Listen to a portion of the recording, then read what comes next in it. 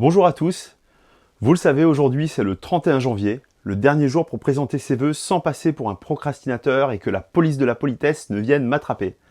Alors oui, je suis en retard, mais au moins je suis dans les temps.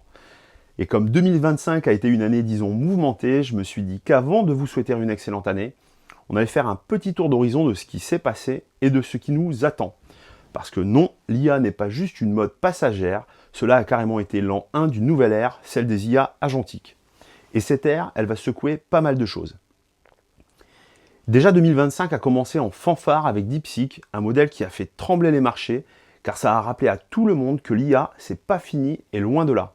On est encore au Moyen-Âge de l'IA, au Moyen-Âge de l'IA agentique, de la robotique, et les vraies révolutions, elles sont devant nous. Mais attention, si la bulle de la hype IA éclate, et les rumeurs vont bon train, les géants du cloud vont se rattraper sur vos abonnements pour amortir le choc. Parce que oui, ces data centers à 10 milliards de dollars, il faut bien les rentabiliser. Alors préparez vos portefeuilles ou vos alternatives souveraines. Car justement, le retour des souverainismes numériques, c'est le nouveau dada des États. Stockage des données, traitement des infos, gravure des microprocesseurs. Tout le monde veut son petit jardin privé. Et c'est tant mieux, car celui qui possède vos données et vos process possède un petit bout du bouton qui permet d'éteindre votre activité. L'identité numérique va également jouer un rôle sur la manière dont on accède et l'on manipule l'information.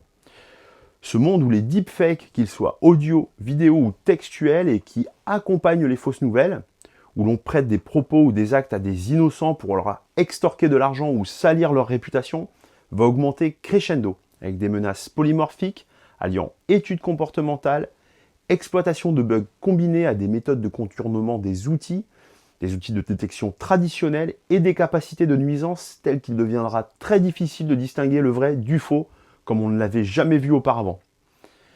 La technologie doit servir à protéger la vérité, pas à la falsifier.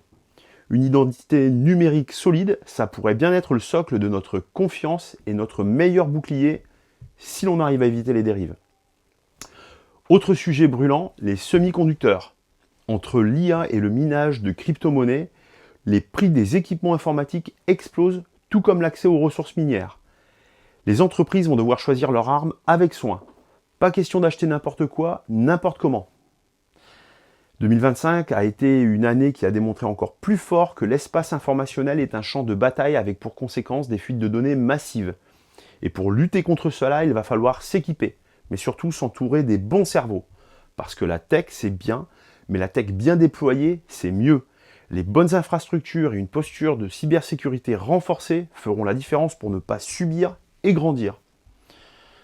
Bon, après ce petit tour d'horizon un peu anxiogène, on respire un grand coup et on passe aux bonnes nouvelles.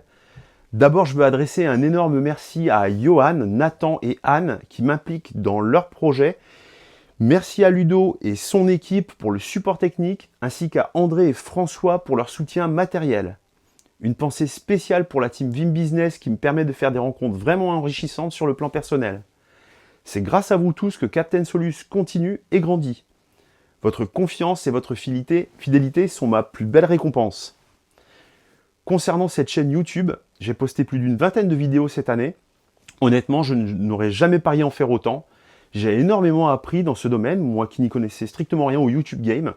Je compte bien continuer à faire vivre cette chaîne. Je réfléchis notamment à lancer des formats en direct pour vous présenter concrètement les technos que je déploie chez mes clients ou les personnes avec lesquelles j'aime travailler. Et ça sera beaucoup plus interactif et aura un effet beaucoup plus terrain. On ne va pas se mentir, 2025 a eu son lot de projets qui sont restés dans les cartons. J'avais pour ambition, par exemple, en cette nouvelle année et avec cette vidéo, de lancer un tout nouveau site web avec une boutique en ligne beaucoup plus vaste et fournie. Le résultat n'était pas encore au niveau de mes exigences et c'est donc que partie remise pour vous offrir une plateforme vraiment aboutie un peu plus tard. Alors voilà, c'est officiel. Et juste avant la fin du mois, je vous souhaite une excellente année 2026, riche en innovation et sécurisée. Prenez soin de vous, de vos données, de vos équipes et surtout plein de moments heureux avec vos proches. Parce qu'au final, tech ou pas tech, c'est ça le plus important. À très bientôt.